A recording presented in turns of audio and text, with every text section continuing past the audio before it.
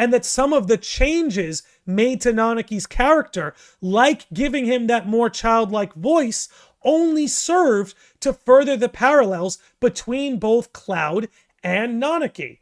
You know, Red 13, in my opinion, has always been a good character. Always. In the original, I loved him. In the compilation, I loved him. Even in his brief appearances in Remake, I absolutely loved him. But there's a certain aspect to Nanaki's character that I felt the OG was relatively subtle about, but that the new trilogy is fleshing out even more and more. We talk about how characters like Yuffie and Barrett got added layers, Aerith too. Nanaki is no exception to this.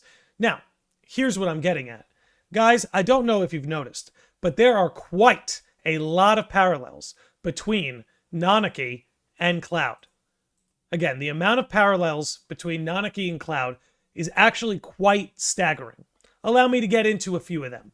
So, for starters, Nanaki and Cloud both were experimented on by Hojo. Essentially, both became Shinra's test subjects, and as a result, have come out the way they have. Next, both Nanaki and Cloud Strife are orphaned from their biological parents, right?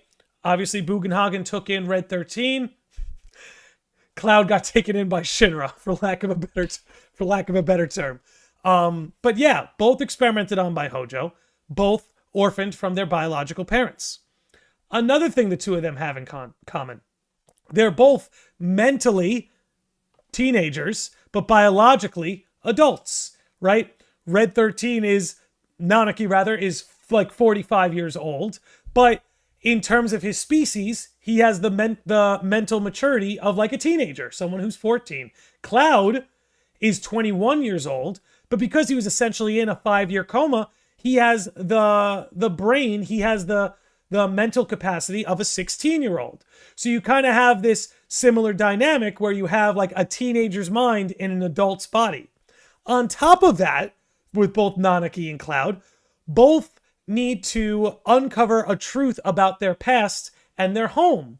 With Red 13, as we know, he had to uncover everything about Seto. He had to uncover everything about his parents and what happened in his hometown. And he had to learn the truth about his past because he previously had been believing a lie. And you see how that has a direct correlation and a direct lineup with Cloud, and how Cloud was believing a lie about Nibelheim, and how Cloud needed to address some of the things in his past, particularly with Nibelheim and him believing a lie.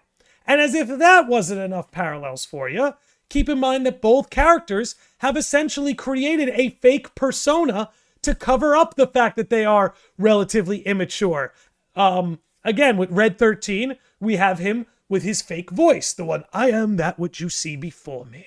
Again, you have that fake voice that makes him sound more mature, sound more cool, even though deep down inside, he's that young kid who's palling around with Yuffie using his real voice. Then you have Cloud, who is, then you have Cloud, who's putting on this fake persona, for the most part in Remake and in the beginning of Rebirth, is putting on this cool guy persona to make himself seem older or cooler than he actually is. So again, just to recap all of those parallels between Cloud and Red 13, you have that they were both experimented on by Hojo, are both orphaned from their biological parents, are both mentally a kid, but biologically an adult, both need to uncover a truth about their past and their hometown, and both have created fake personas to cover up some of those previously mentioned things they need to correct.